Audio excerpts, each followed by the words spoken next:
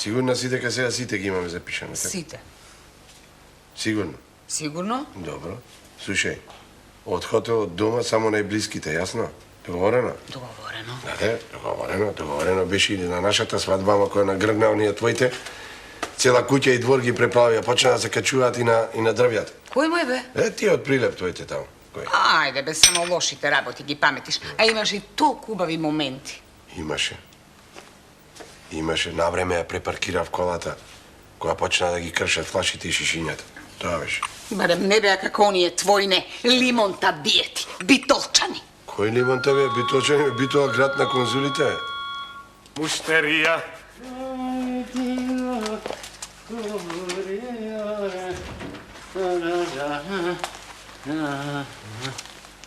Повелете, господине. Добар ден, докторе. Јас сум козметичар. Кога попрво дозна? Куде нас ти е устна книжевност најразвиена. Куде е невестичка? Ала да ти е. Још у војску не си бија, а? Жениш, а? Браво. Ти ја порача венчаницава? Ајде, свекре, ајде со среќу нека невеста да служи, да допринаса. Љубо! Денашни деца су ти жива ватра. Свекро, ајде со среќу невеста, па да слуша, со среќу од мена. Од каде ти, мајстор Гилеа? Мислам, мајстор Цане ќе дојде. Мајстор Цане? Цане требаше. Цане не знае ни тутун кесе да се шие, бе. Јас сум за njega Джани Версаче, Бог да ga прости. Добро мислам на кој фигуративно. Да. Гледај како хубаво пада, гледај. Извинете, госпоѓа Мимоза. Валентина, дојди да ја пробаме. Гиле, само за еден момент, да... Нешто околу шењето, кројката да ми објасниш. Здравко, јас се разведувам. Честито. Здравко не е за честитање. Замисли, баш ми крадал. Ау. Па тоа не е новост. Новост е што го фатиле, Здравко. Го фатиле.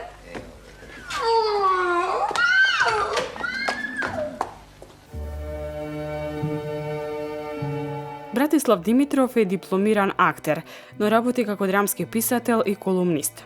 Тој има напишано драмите Глоговиот џбун, Револуционер, Бисери и свињи, Das Капитал, Мавзолеј, Кошмар, Неќарни зијан, Лични огласи и Ноќите во бел сатен. Монодрамата како најсините очи на сите времиња. И нова верзија на Кутрите мали хрчки од Гордан Михич. Напишал и 3 детски пиеси: Пупи Пав, Свадбата на Итар-Пео и Крале Марко. Издал 5 книги со колумни. Малку блуз за твојата душа, најважната работа на светот, симни го малку небото за да се качам, последните акорди на тишината и рецепти за осаменост.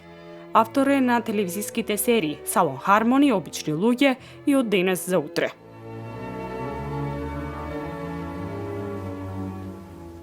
Морам да запрашам, дали имате некои спомени кои ве поврзуваат со Битола воопшто? Како не? Јас овде во Народниот театар сум имал 2 премиери во минатиот период. Имам многу пријатели, соработници одлични и вашиот широк сокак, покрај на улица во Дубровник, Страдун, се 2 најубави улици во кои сум шетал во својот живот. Така да секогаш доаѓам со мерак и радост. Сега веќе кога го споменавте Битолскиот театар, љубителите на театарската уметност моментално може да ја погледнат и на репертоар, представата Тајното оружје. Да. Сега, бидејќи сега ви имаме тука, ќе може да ни откриете некои интересни детали од пишувањето на сценариото, сработката со Витанов, понескокотливи детали. Па Витанов го режираше мојот претходен текст Ноќите во бел сатен во Велешкиот театар и ние така се запознавме преку текстот. Тој е млад режисер, талентиран. И интересно што јас не сум автор кој доследно се држи за текстот. Јас сум стигнал до некаде со моето пишување и после тоа треба режисерот, глумците, сите, цела екипа да оди понатаму, нешто ново. И сегаш се радувам кога ќе се изненадам од мојот текст, дури и кога нема да го препознам негде. Значи дека работеле креативно. И Овде имам, јас заедно студирав на факултетот за драмски уметности со Пепи Мирчевски.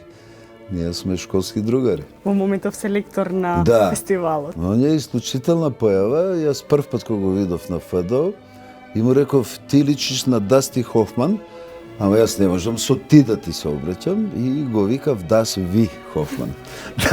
Интересни моменти. Да. И со него се дружам тука секој ден и се гледам со моите колеги и пријатели. Јас овој театар многу го сакам. Еве ќе ви кажам, првиот мој драмски текст кој го напишав пред 35 години, практично го пишував за глумците од Битолскиот театар, имајќи ги нив во предвид, и моите диалози беа на некој начин, ајде да кажам, кројачки. Оделото го, костумот го шиев според нив, мерка земав и го пишував за овој театар. Но ете, тој текст има една интересна судбина. Тој текст не го одбија само таму кај што не го понудив. Значи бев секаде одбиен, но ја не го сватив тоа трагично. Мене пете, јас сакам шах, фудбал, возење, велосипед. И едноставно имав таков однос. Овој пат си пишувам драма и тоа ми е забава.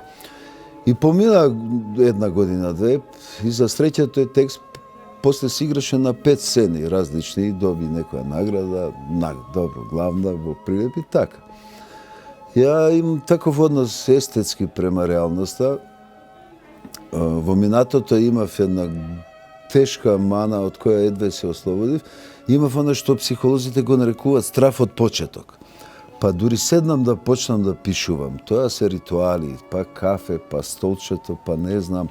И во комбинација со неможност да се одлепам од материјалот.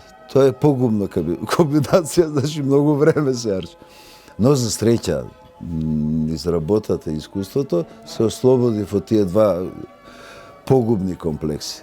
Страф од почеток и неодлепување од материјалот.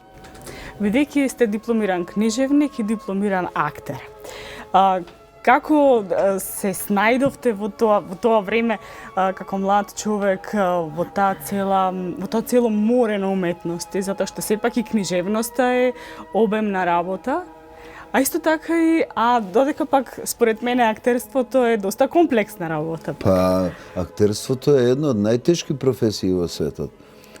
Јас имав голем апетит и голема страст, но за жал сигурно немав доволно дарба, а и јас сум дружелюбив човек, но некако пишувањето ми е најчиста позиција, најздрава, затоа што јас зависам од тоа што го работам и обрато, и јас сум виновен или заслужен за тоа што го правам. Не зависам од многу сегменти. Глумецот зависи од многу, од писателот, режисерот, од сценографот и така. Па ви, на најкомплицираните прашања и на изглед тешки има наједноставен одговор. Јас едноставно си следев, хајде да кажам, си го следев срцето, тоа не греши никогаш. Не сум имал никаков план, стратегија за ништо во животот, ни приватно, ни професионално. Сметам дека човек треба и приватно и професионално да го прави тоа што не може да не го прави.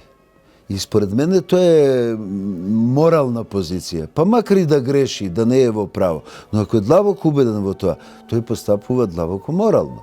И јас следев некој мој глас натрешен или како некој фигуративно се изразува, ја пронајдов својата внатрешна славина, да кажам, еден водоводжиски термин, и од таму така дојдов до ова интервјуе. Подготвувајќи се за оваа емисија и читав ваши претходни интервјуа со мои колеги, имате во интервју споменато театарот е размена на енергија и водење љубов во естетска смисла. Па тоа се случи во Прилеп на театарските игри Војдан Чернодрински. Јас не бев во план, немав намера да полемизирам, да дискутирам, но имаше таму навистина луѓе што ги почитувам, ги сакам, образовани, компетентни научници, академици, драмски писатели, да. Но во еден момент терминот театарот и уметност во секоја реченица, не знам зашто, некако спонтано ми засмета, затоа што, видите, театарот е мистификација, но истовремено и демистификација. Ако вие во својот живот и во својата работа само мистифицирате, тогаш станувате манипулатор, преварант. Или, ако само демистифицирате, тогаш ги правите нештата банални, многу прости, да кажам.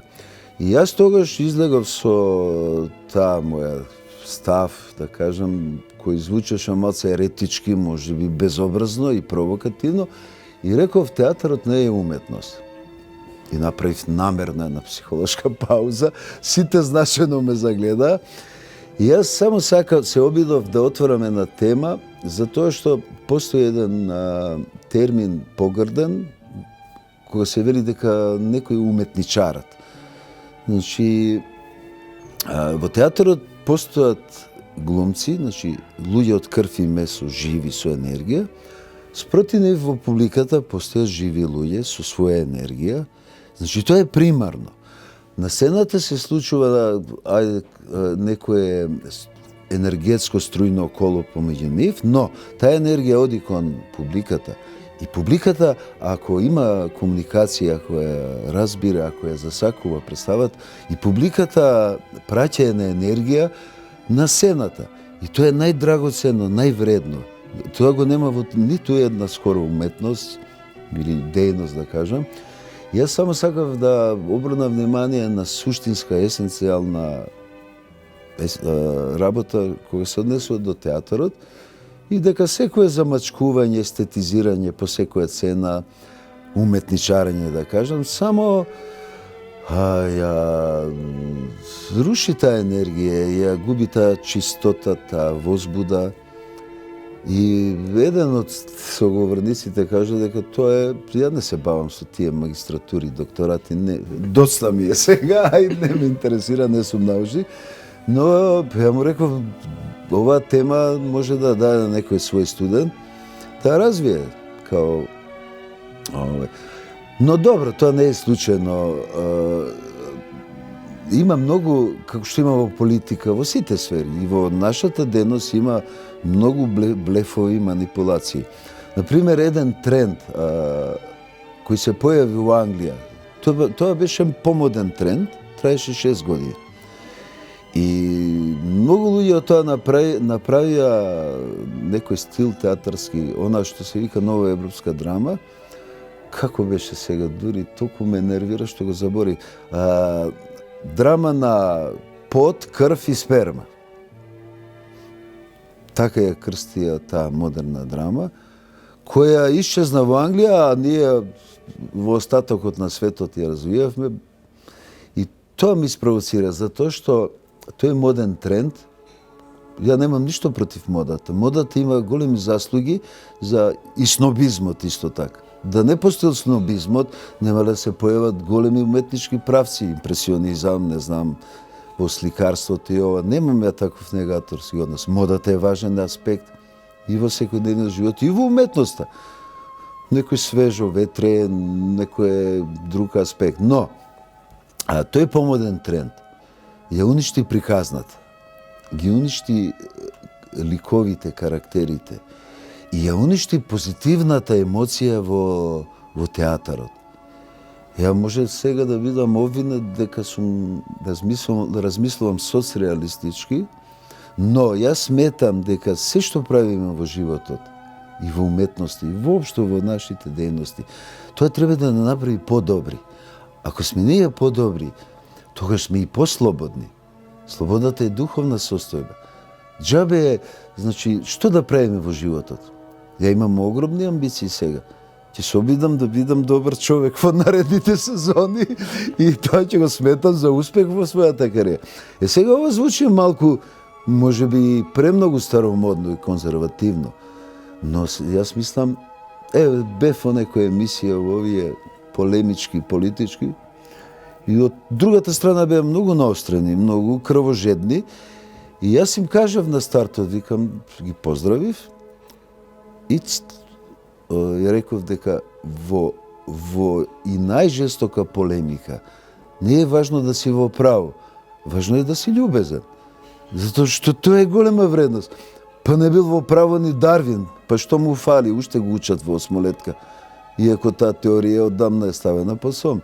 Значи не е примерно да бидеш во право.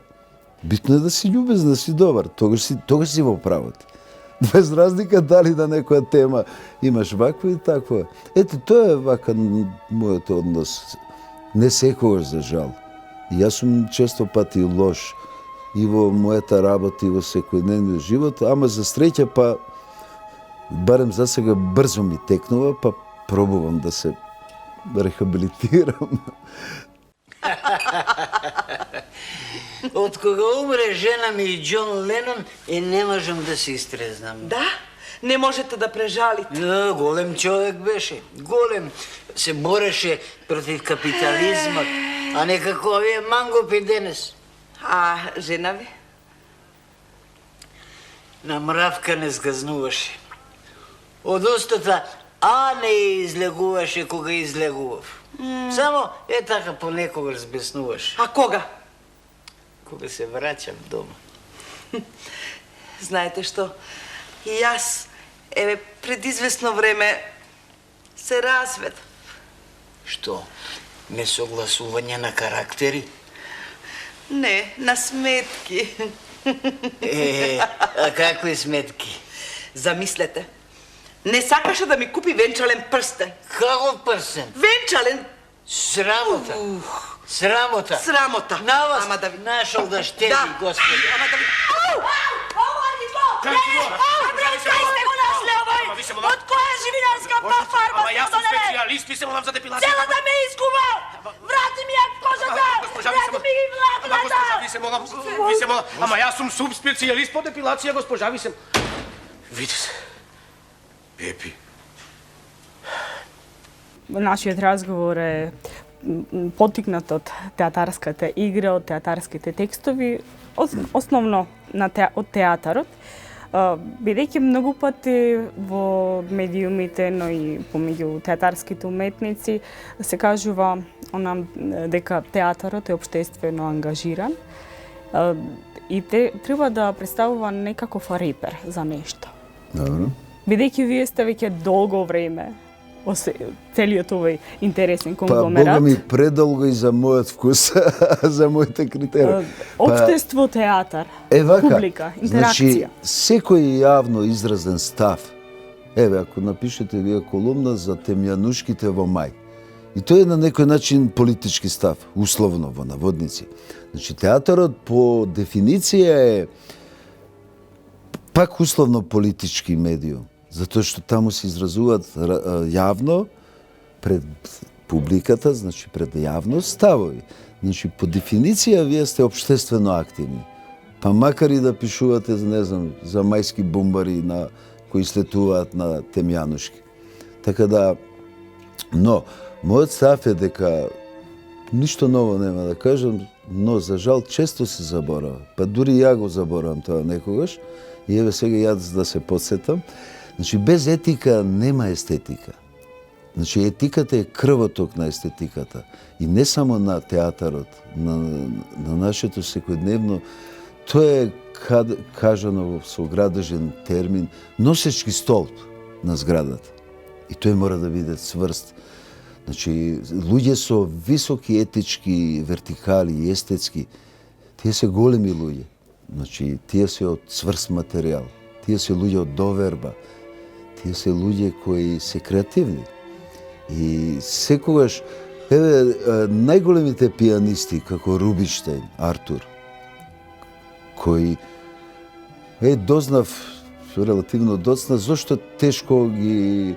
Само тој можел да го свири, Рахманинов, покрај другата, ова ќе звучи можеби банално, покрај тоа што имал талент несогледлив, тој имал голем распон на рацете, исто како Рахманинов. И сите овие пианисти што вежбаат физички вежби, да не кажам ги тегнат прстите, физкултура прават, за да можат да ги освират тие симфонии. Треба една посветеност во тоа што го работиме. Значи, верба, ако ние не веруваме тоа, ако не се дадеме цели, никој нема да ни верува. И тогаш, и важно е, се уште ме држи тоа, не е со таа страст како порано, затоа што сум остарел во меѓувреме. Значи, треба и ние самите да се изненадиме тоа што го работиме. Значи, тоа чувство е, како да кажам, големо, не може да се дефинира. Значи, и во секојдневниот живот треба, во најобични комуникации треба да биде креатив, а во творештвото треба во еден момент и ние сами од себе да се изненадиме. Тоа значи, најверојатно да копаме длабоко во себе, да откриваме непознати страни од себе, затоа што и ние сме жртви на плиткоста, на кичот, на шундот, на манипулации и локални и светски и секакви. Ние сме обични луѓе, само ете, за среќа некојаш успеваме да избегаме од таа баналност и нешто да направиме што луѓето ќе ги направи помалку осамени.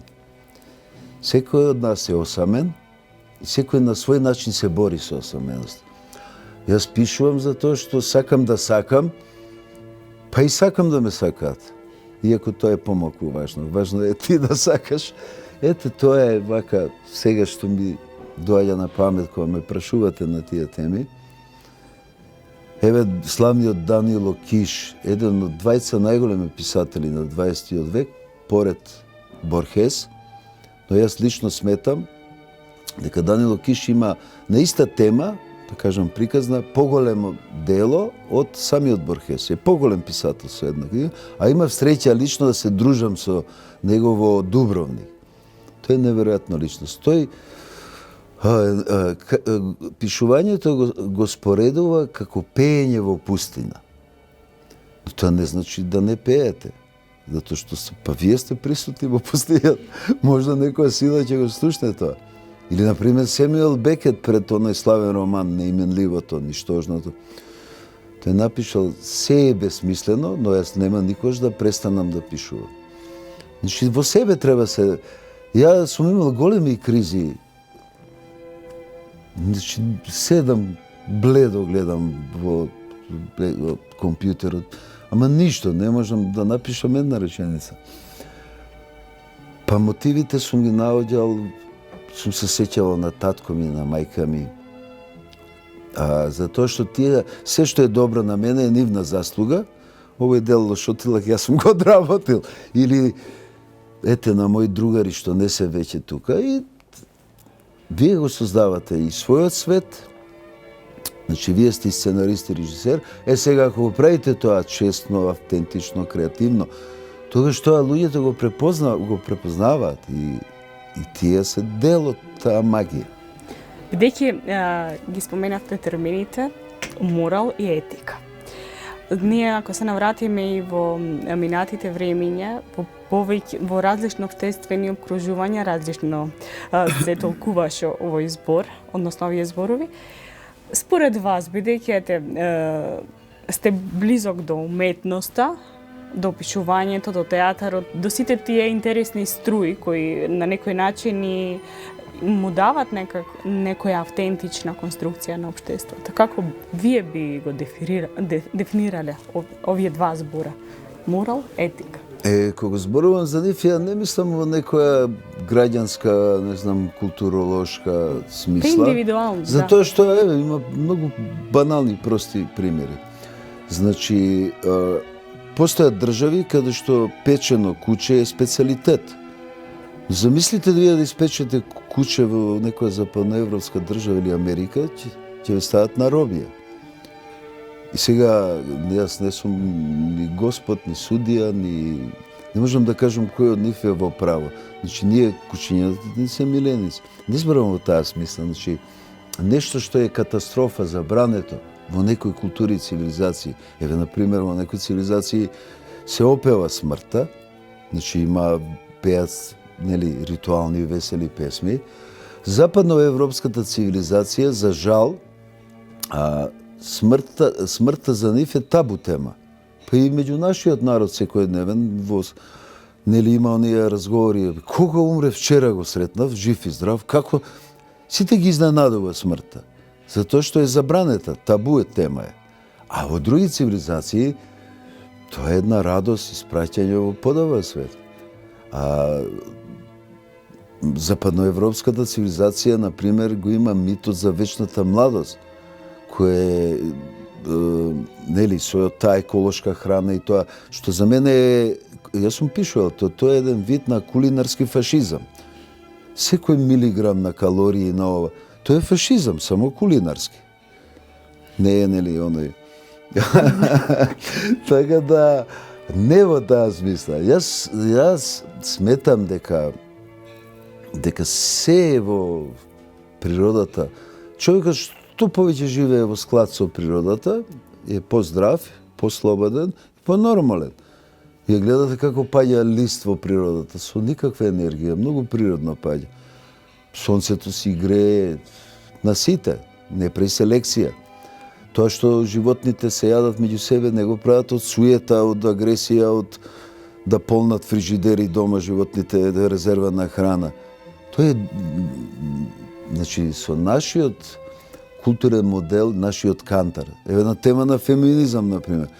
Со еден европски и западноевропски кантар не може да се мерат жените во Индија, во Турција, каде што се тие се тема на обожавање.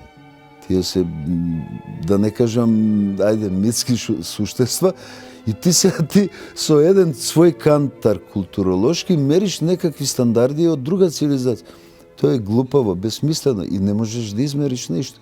Затоа јас сметам дека ако човек е во дослуг со својата душа и ајде сега не сум мистик и некој, но ако е во дослуг со таа енергија природна и вселенска, нема никош да сгреши, затоа што не постојат кариери во природата, амбиции, селекции и ова. Постои нормален живот. Интересно. Па не знам, ја еве гласно размислувам, фака ми спровоциравте убаво, да, и јас се преслушувам сега себе си. Мислам дека тоа е вистинскиот пат.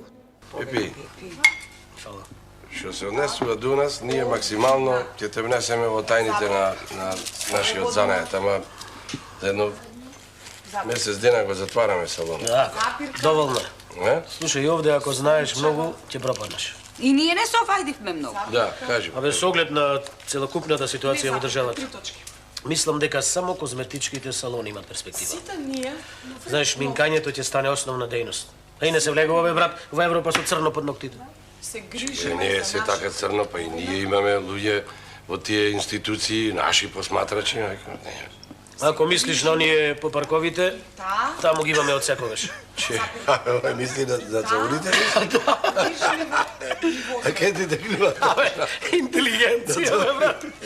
Публиката, оние кои не ја знаат ова информација, верувам, помладите гледачи, вие сте автор на сценаријата на сериите кои се даваја на македонската телевизија, на националната, Обични луѓе, Салон Хармони, Од денес за утре, нешто да не заборавив? Не, па тоа е премногу. Телевизиска серија е врв на продукција на секоја куќа, па и на секој автор. И така да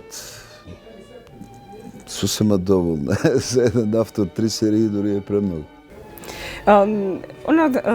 Што сакам сега да го споменам со оглед на тоа што се случува денеска со медиумите, како гледач, мене тоа би го споменав и пред да го започнеме разговорот, ми недостига да го слушнам македонскиот јазик,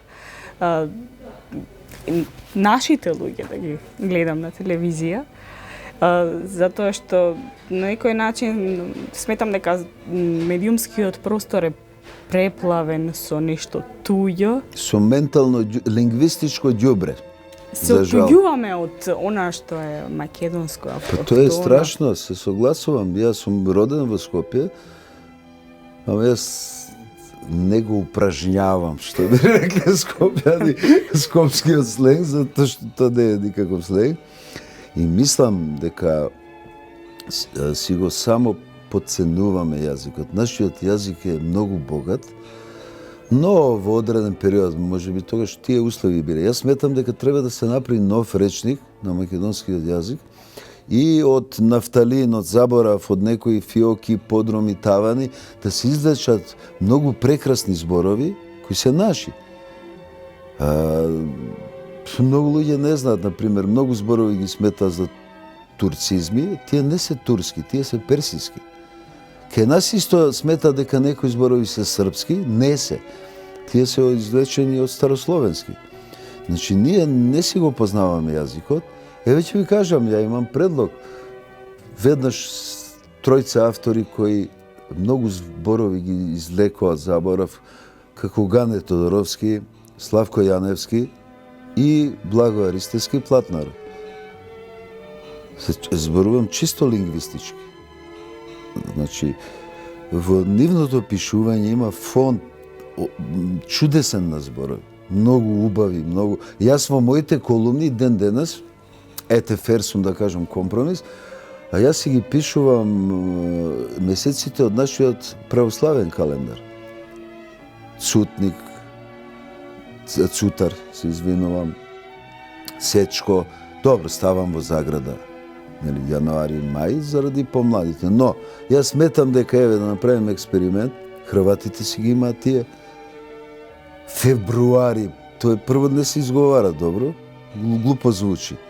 Тие се прекрасни збори. Да ги ставиме во оптек една година без употреба нова, никој нема да ги памети овие февруари, септември, не знам. Со оглед на тоа дека... Така да ете во еден сегмент, ја се обидувам да ги... Тие звучат прекрасно. Гроздобер. Точно така.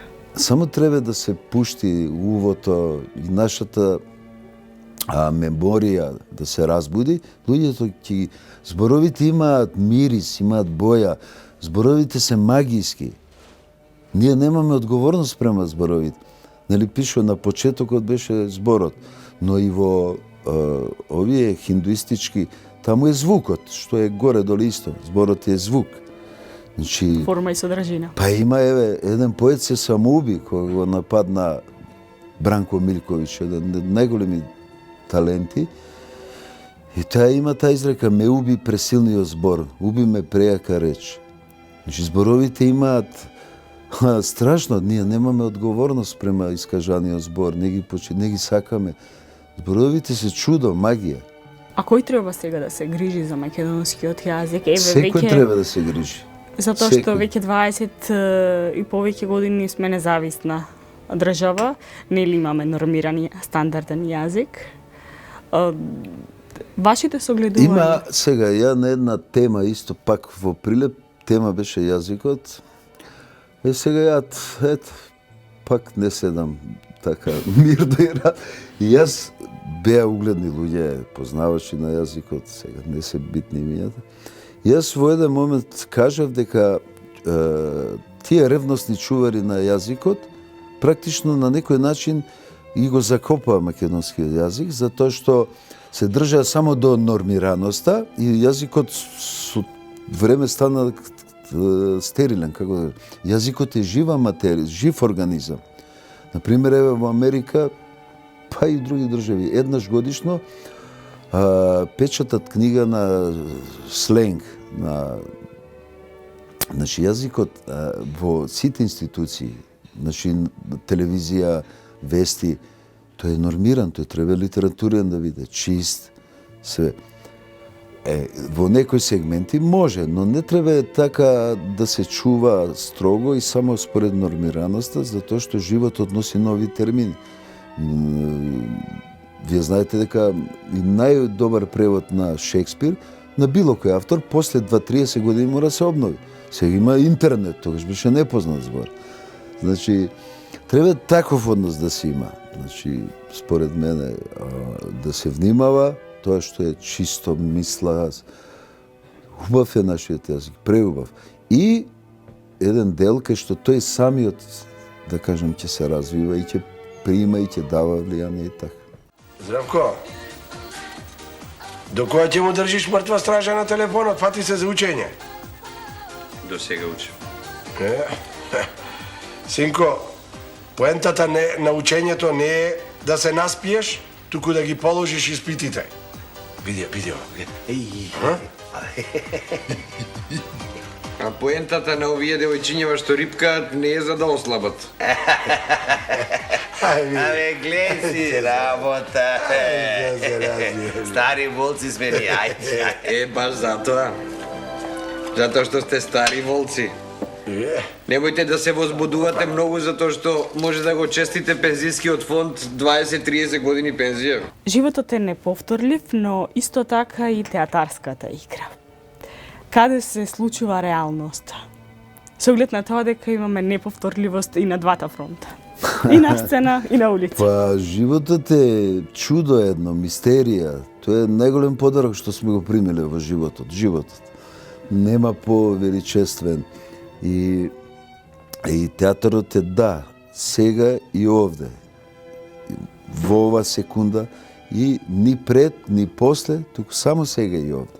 И тоа е, хајде да кажам, не проклетството, не менливост и минливоста, да кажеме, но и чудото на таа професија, тоа е оно што, ете, не ни дозволува да побегнеме од театрот, некој ќе ни дојде преку глава, но секој се враќаме.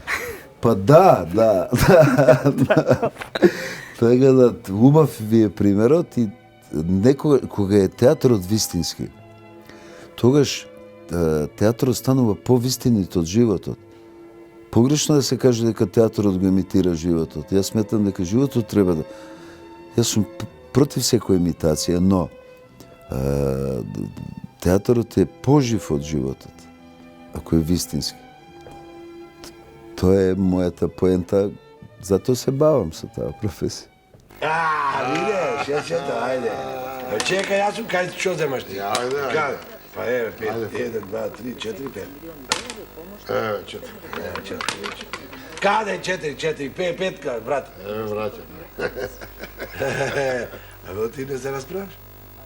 Прочка, бе, брат, како да се расправам? Американскиот секретар за одбрана. Ајде. Ти шешće, ovdje, 1, 2, 3, 4, 5, čekaj, ja sam pa. Dvojiće, 1, 2. А, шеска.